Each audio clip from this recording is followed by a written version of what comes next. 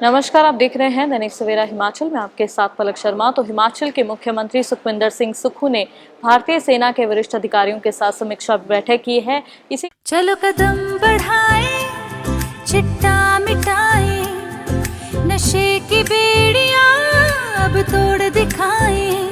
युवा है ताकत, देश का मां, चिट्टा मुक्त हिमाचल हमारा अभिमान। एंटी चिट्टा वॉकथॉन, एंटी चिट्टा वॉकथॉन। के साथ हिमाचल में चल रही परियोजनाओं की जो है उन्होंने समीक्षा की है और योजनाओं के बारे में विस्तार में चर्चा की है। आपको बता दें कि बैठक में राज्य में चल रही सेना की अलग अलग परियोजनाओं की समीक्षा की गई है। इस दौरान मुख्यमंत्री सुखविंदर सिंह सुक्खू ने कहा है, सेना की सभी परियोजनाओं के लिए सरकार पूरी तरह से सहयोग देगी। बैठक में ये जानकारी दी गई है कि सेना सीमावर्ती इलाकों में 20 जगहों पर विंड टरबाइन परियोजनाएं लगाने की योजना बना रही है।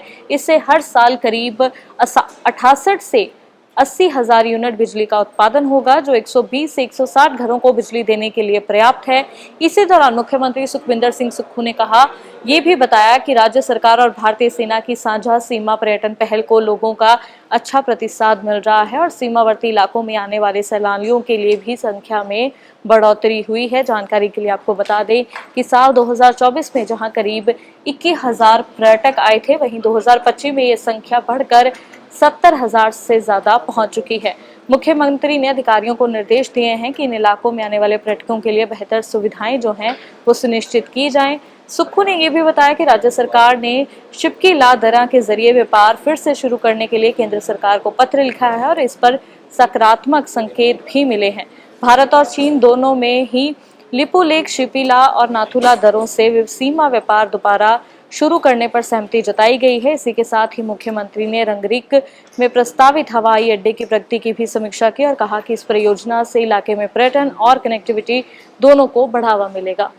नमस्कार, आप देख रहे हैं दैनिक सवेरा हिमाचल में आपके साथ पलक शर्मा। तो हिमाचल के मुख्यमंत्री सुखविंदर सिंह सुक्खू ने भारतीय सेना के वरिष्ठ अधिकारियों के साथ समीक्षा बैठक की है। इसी के साथ हिमाचल में चल रही परियोजनाओं की जो है उन्होंने समीक्षा की है और योजनाओं के बारे में विस्तार में चर्चा की है। आपको बता दें कि बैठक में राज्य में चल रही सेना की अलग अलग परियोजनाओं की समीक्षा की गई है।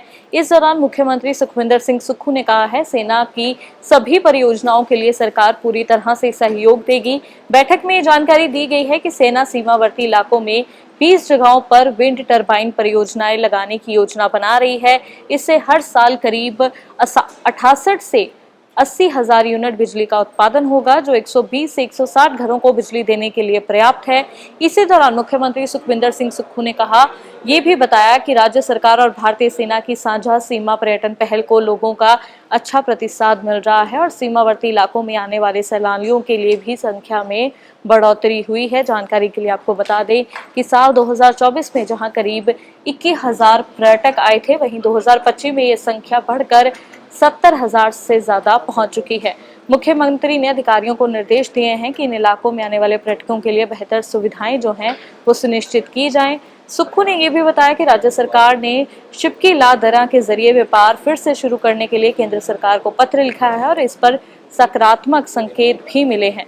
भारत और चीन दोनों में ही लिपुलेख, शिपिला और नाथुला दर्रों से सीमा व्यापार दोबारा शुरू करने पर सहमति जताई गई है। इसी के साथ ही मुख्यमंत्री ने रंगरिक में प्रस्तावित हवाई अड्डे की प्रगति की भी समीक्षा की और कहा कि इस परियोजना से इलाके में पर्यटन और कनेक्टिविटी दोनों को बढ़ावा मिलेगा।